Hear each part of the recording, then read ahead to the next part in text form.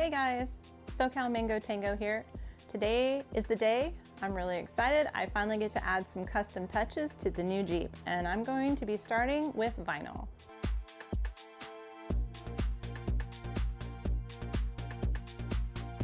I've had this planned for a couple of months now, and I'm really excited about the color scheme.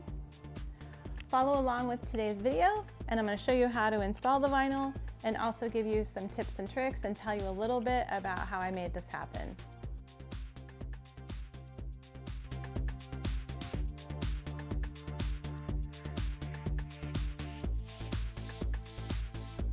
Let's get started with the tools.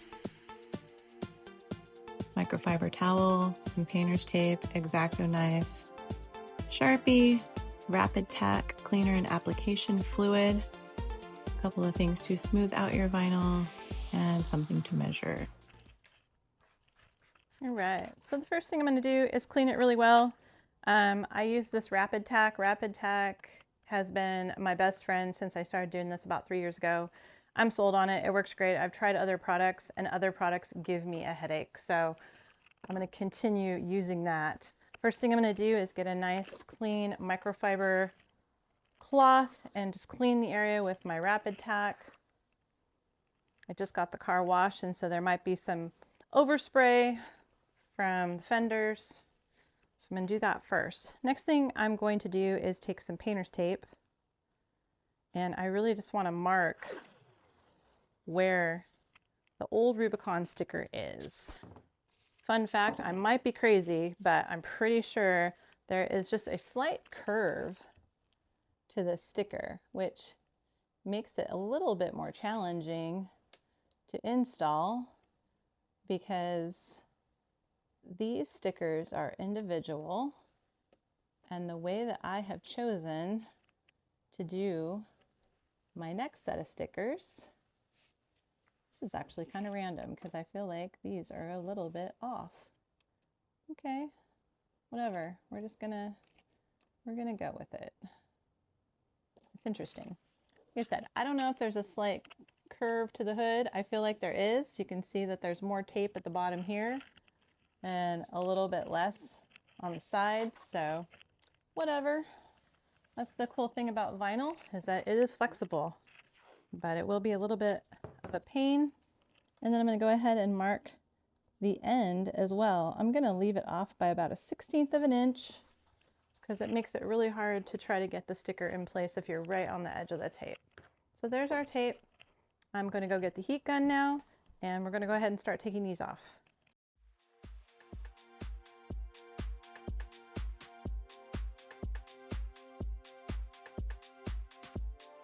Hey Jonas, I have a great idea for these stickers. I thought you would like that. Just heating this up a little bit. I'm not going to leave it on there. I have it on low. I'm using the Vivid tool, so I'm not scratching my paint. Luckily, these haven't been on a long time, so they're not leaving behind any residue.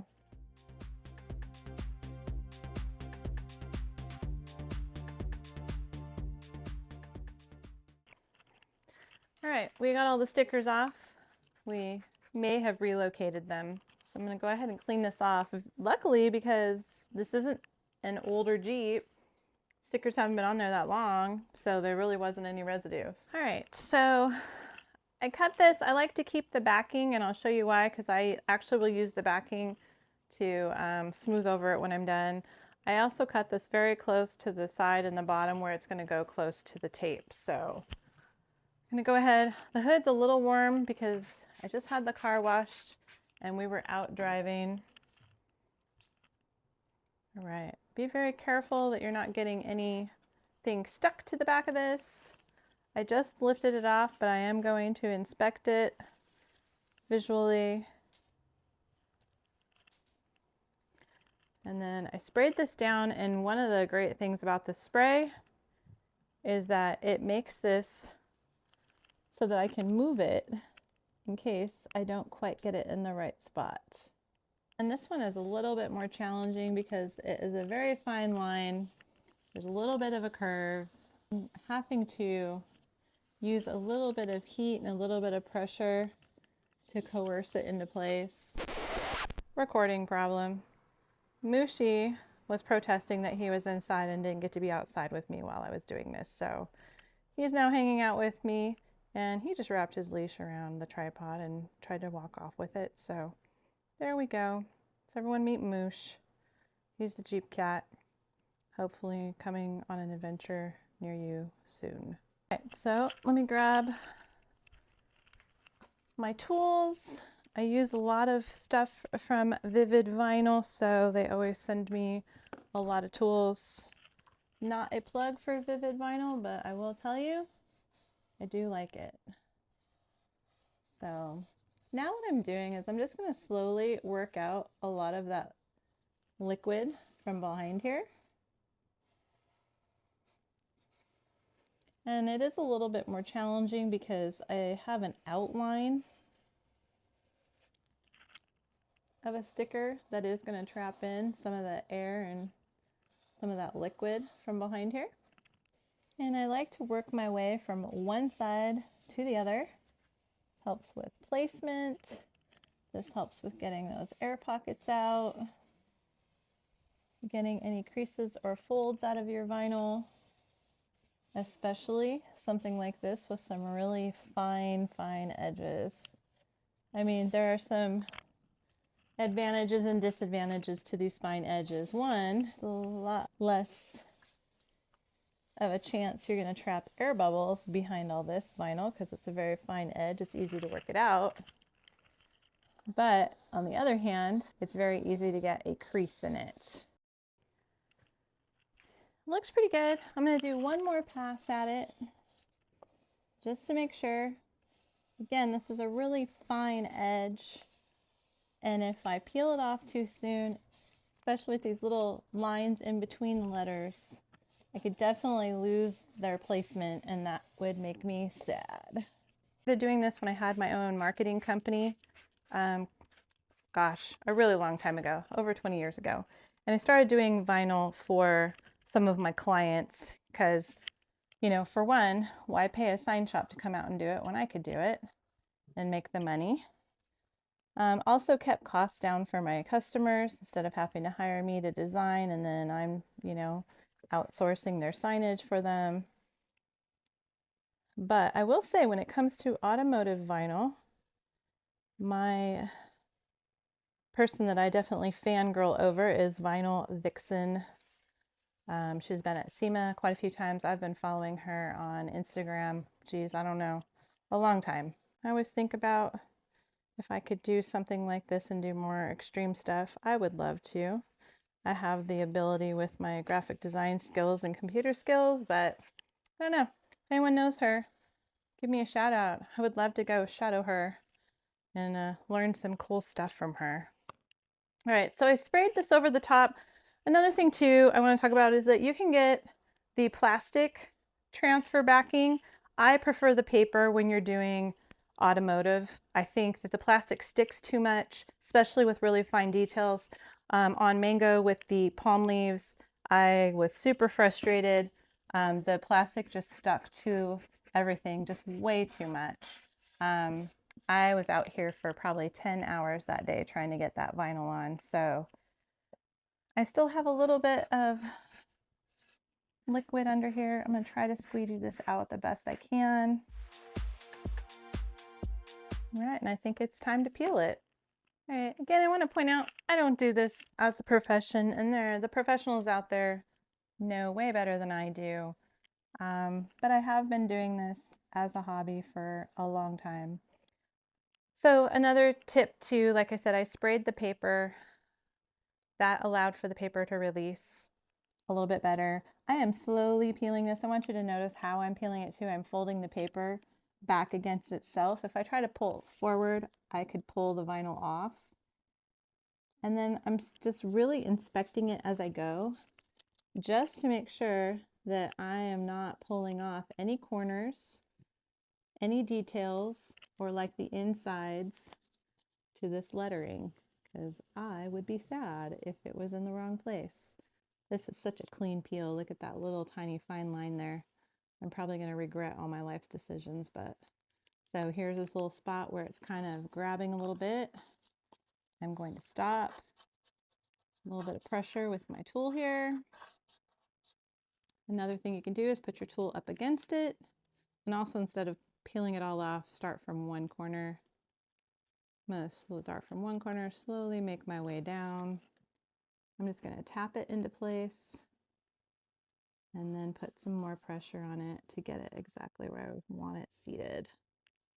So the reason why I keep this is one side is nice and slick. And so another thing that I like to do sometimes is put this over the top and just give it one final little run over. For one, I don't want to scratch the vinyl. I don't want to catch the vinyl. My vinyl has been on my other Jeep for about 2.5 years. So the better you put it on, longer to last. I'm actually going to keep this for the next layer. Love it. So exciting.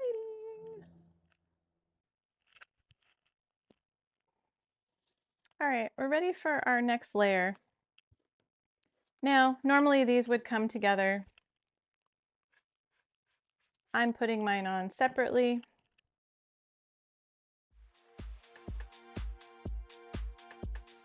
Now, the reason I want to make sure that I spray this is because I definitely want this repositionable. I do not want it to stick to my other sticker. And I really have to make sure that I'm going to get all of the liquid out from behind. I don't want to trap any air bubbles.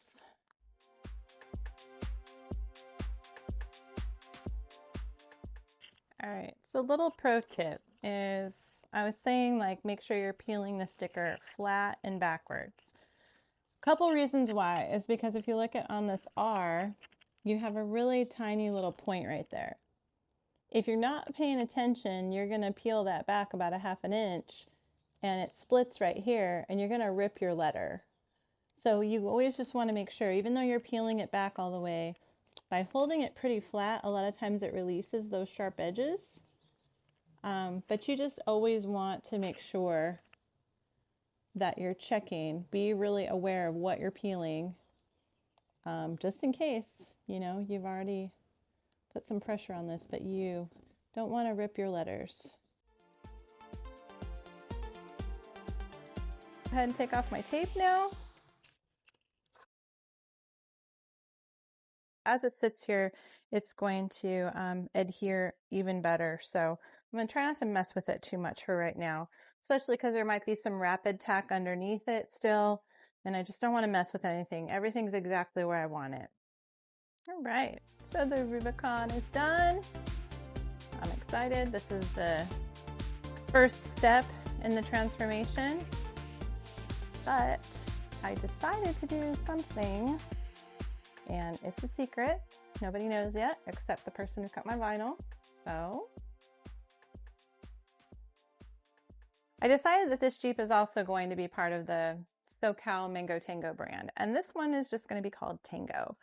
But I did get the windshield sticker, and I got some palm leaves. I know, I'm excited.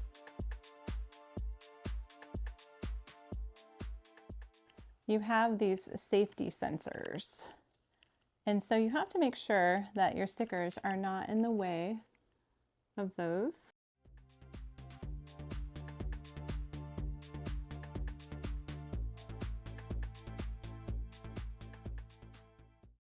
Right, so partway through this, I was like, hey, dummy, you have a one-touch sky roof now.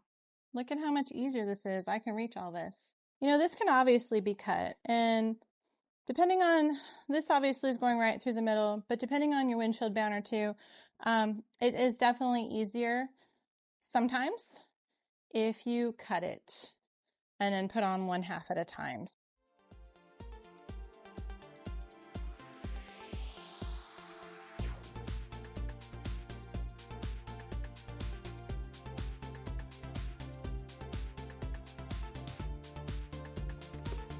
All right, so I like the windshield banner. I love the new Rubicon vinyl. but there's one more thing. No Mango Tango Jeep would be complete without my palm leaves. I have no idea where I'm going to put these yet, and I don't even know if I have enough, but I'm super excited.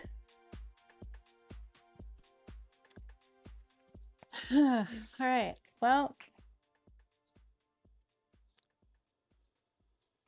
I don't have quite enough, but I also have too many. I don't think that makes sense. So sometimes when you have things going over an edge or over a fold, it's not going to sit right with the rest of the vinyl. So I did make a cut here with my scissors. And then I also just kind of started pulling this back and getting this sealed here. I did use the heat gun a little bit to kind of get it bent. Occasionally over some of these curves, you'll have to stretch the vinyl. I was thinking this might be the case, maybe, but it really wasn't. I just needed to get it off of this paper and away from the rest of the vinyl. Spraying the paper definitely helps it to release a little bit.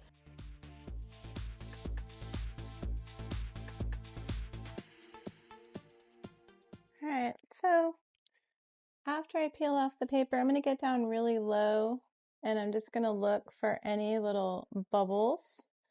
The RapidTac makes it easy because there's still some underneath there. I know I keep talking about it, but I promise I don't get paid from them for saying anything. It's just a product that I absolutely love. All right, let's add on that next layer. There's a few different ways to get custom vinyl cut for your vehicle. One is by working with a professional company that can take you from start to finish. Many times I use Adobe Illustrator and save my files as an encapsulated postscript, and most companies can use that for vinyl cutting. If you want to know a little bit more about the process, reach out to me and I'd be happy to share some of my tips with you. All right, so we did it. Changes are done. This is our first thing that we've done to customize the new Jeep. So for those of you who haven't been following along very long, this is the third Jeep. So I still have Mango Tango, which is my original one, which is my copper color. And then last year I had my Adventure Jeep that had all the different colors on it. The Adventure Jeep definitely got put through its paces over the 16 months that I had it, and it just really wasn't holding up that well.